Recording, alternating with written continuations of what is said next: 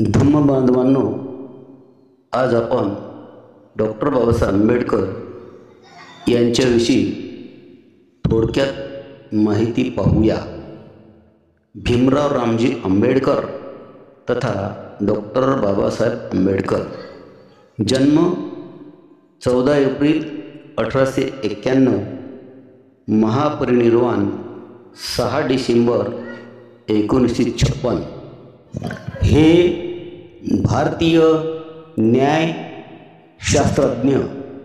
त्यांनी दलित बौद्ध चळवळीला प्रेरणा दिली आणि अस्पृश्य दलित लोकांविरुद्ध होणारा सामाजिक भेदभाव नष्ट करण्यासाठी चळवळ उभारली। तसेच महिलांच्या आणि कामगारांच्या हक्काचे समर्थन केले। ते ब्रिटिश भारताचे मजूर मंत्री, स्वतंत्र भारताचे पहिले कायदेमंत्री, भारतीय संविधानाचे शिल्पकार, भारतीय बौद्ध धर्माचे पुनर्जीवक होते। देशाच्या विविध क्षेत्रात दिलेल्या योगदानामुळे त्यांना आधुनिक भारताचे शिल्पकार किंवा आधुनिक भारताचे निर्माते असेही म्हणतात। आता आपण त्यांच्या शिक्षणाविषयी माहिती घेऊया। डॉक्टर बाबासाहेब आंबेडकर यांनी कोलंबिया विद्यापीठ आणि लंडन स्कूल ऑफ इकॉनॉमिक्स या शिक्षण संस्थांमधून अर्थशास्त्र विषयात PhD पदव्या मिळवल्या। तसेच त्यांनी कायदा, अर्थशास्त्र आणि राज्यशास्त्र या विषयावर संशोधन केले। त्यांच्या सुरुवातीच्या कारकिर्दीत ते एक अर्थशास्त्रज्ञ, प्राध्यापक आणि वकील होते।